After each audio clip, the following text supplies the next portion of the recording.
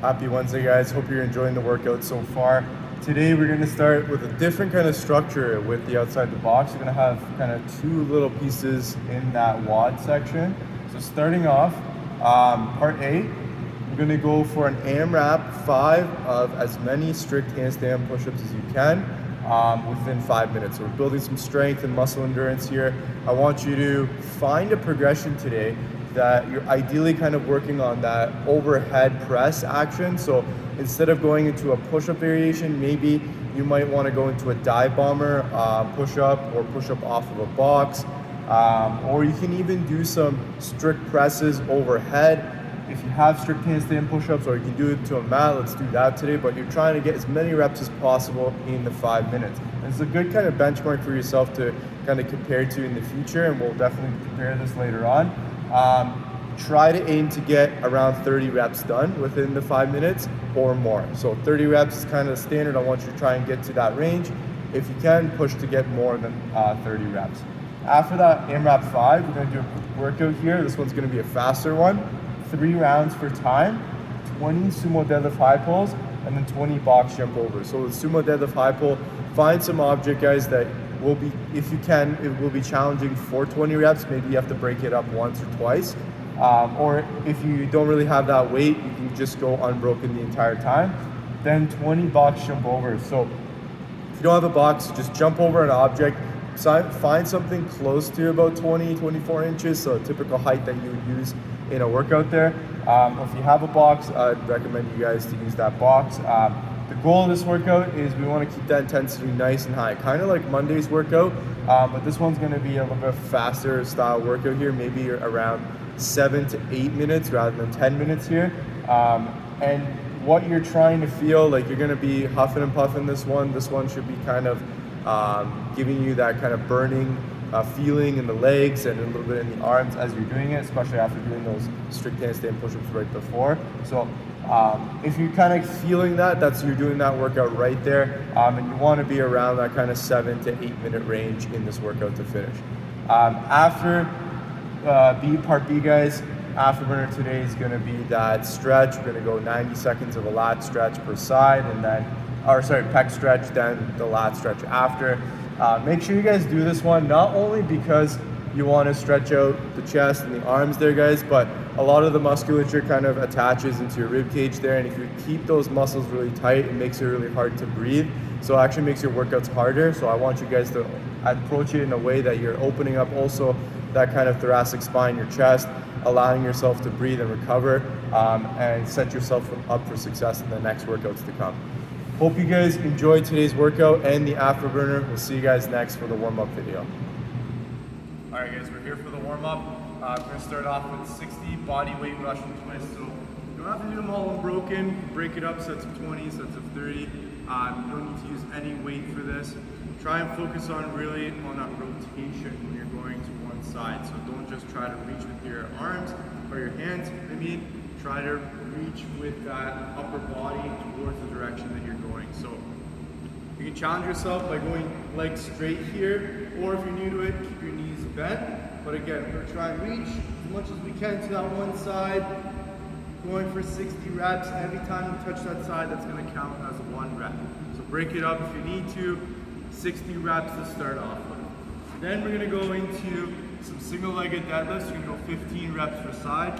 Use a weight here unless you're still trying to work on that balance with that single leg. You're going to grab that weight. The leg that's balancing on the floor, that's not going to be using the weight. So my right side is going to hold on to the weight. My left side is going to be doing the balancing. I'm going to hinge at the hips, send that leg straight back, and I'm going to come down as low as I can, as long as I'm keeping that back nice and flat. And I'm going to drive through that front leg to stand up. And as I'm doing that, I'm pushing my heel, pushing my full foot into the ground to really use my hamstring as I stand it up. So what it looks like again from the side, come down, come up, drive hard through that leg to activate that hamstring. Once you're done that, guys, we're going to go into some static lunges, but from a narrow stance. So I like to do these to kind of get the quads and the adductors activated. So pick a line on the floor. If you don't have a line, that's okay. See if you can keep your toes or your heel heels all in one straight line. You're gonna drop that knee down so that it's about a fist away from that heel, so there's some gap in between. It's gonna be a little bit of a balance act here. You're gonna try and drive that leg up and then back down again. We're gonna go for 15, the left leg forward, really trying to keep that balance by squeezing the inside of this leg and keeping that hip active on the back. Then we're gonna do the same thing on that opposite leg, opposite stance. 15 static lunges from there. Once you've done that, you're going to grab a weight. You're going to go into restrict presses from an active lunge position. So we're going to keep that knee just slightly above the ground. We're going to take a lunge forward, get into that front rack position, 15 reps on that one side. Once you've done 15 reps, switch, and you do 15 reps on that opposite side. This is going to challenge that core, guys, and that balance. Also, when you're doing that press, try not to rush through them. If you need to, do them in sets of 5 so that you can still also focus on that back, getting nice activation when you're overhead each time. So just one round of that, guys. Once you're done, we'll see you guys next for the workout movements. So for the strict handstand push-ups, again, you can have that second progression just in case that first progression you just lose your strength, or like halfway through you're not able to do the rep. Always have that second backup in case, just to keep the workout going. So for that, guys, we're going to talk about that dive bomber. So we're going to use that dive bomber as a progression, and then we're going to go into that strict handstand push-up as the next progression above that. So with that dive bomber, guys, you go nice and wide with your feet. Guys, you should use some kind of ab mat or some kind of mat to get your head down to the ground, at least when you make contact with it. Hands are going to be in about push-up width, and they're going to be close to the feet. From here, we're going to think about leaning forward so that we're on those toes and getting over top of those wrists. And then from there, we're going to be dropping the head down right in front of our hands. So notice that my hands are behind my head and they're not in line. So I want them back here. Then I'm going to press my head straight through the window to finish that rep. So that's key, guys. Really trying to get our head in front of our hands when we're doing that strict handstand push-up. Whether it be with that dive bomber, or even if you get your feet on a box and do it elevated, make sure that head is going in front of the hands so we can really use that back to drive it up and not use the front of the delts and put too much pressure on the shoulder there. So you guys can do those, or you can do your strict handstand push-ups against the wall. Same things apply. Get those elbows in, get that head in front of the hands, stay in a nice tight body position there.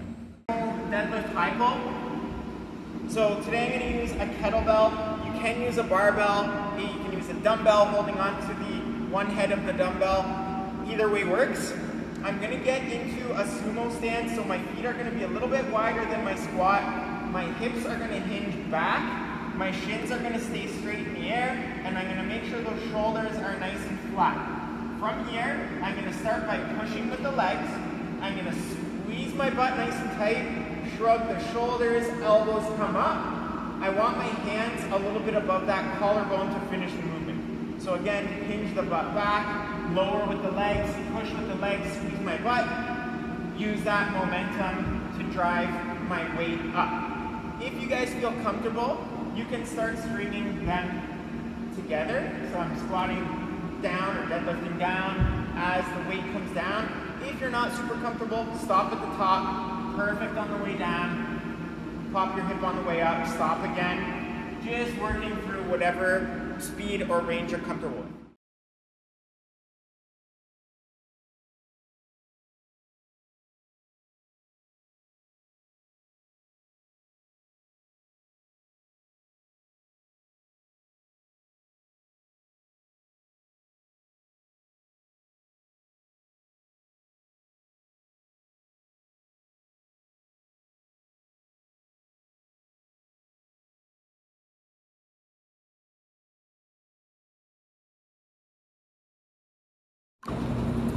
Alright guys, welcome to the afterburn. Hope you had a good workout. We're going to start with that pec stretch. So we are doing 90 seconds per side. First one we're going to do is I'm just going to get you planting your hand onto that wall. So I'm actually pushing my palm into the wall and then locking my elbow out. And then I'm just going to turn my feet in the opposite direction. So I'm just trying to walk my feet away more and more. Upper body comes with it.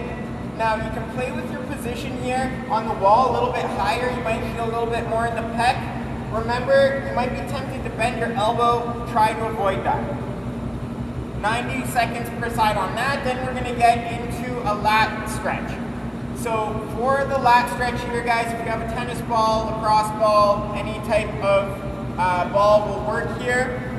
I want you guys to think about working that lat right where the kind of on the outside of that armpit, back right underneath the shoulder, and you're just going to put that lacrosse ball into that area of the lat, and you're going to lean up against that wall. You can go try to play around with this position where you're leaning more into it. You can twist a little bit more onto the back of that lat, or you can go a little bit down the lat, and also add movement. So I find whenever I find a spot that's a little bit knotted, I add a rotation in that arm and shoulder, maybe do a press back and forth, and you're just gonna fish around for areas that feel a little bit uncomfortable. We're gonna get uncomfortable here. You can also try this one on the ground. I prefer the ground actually more than the wall. So try both, see what one feels a little bit better. And remember, when you find that spot that kind of seems to take your breath away a little bit, remember to breathe through it. Thanks guys, and we'll see you tomorrow.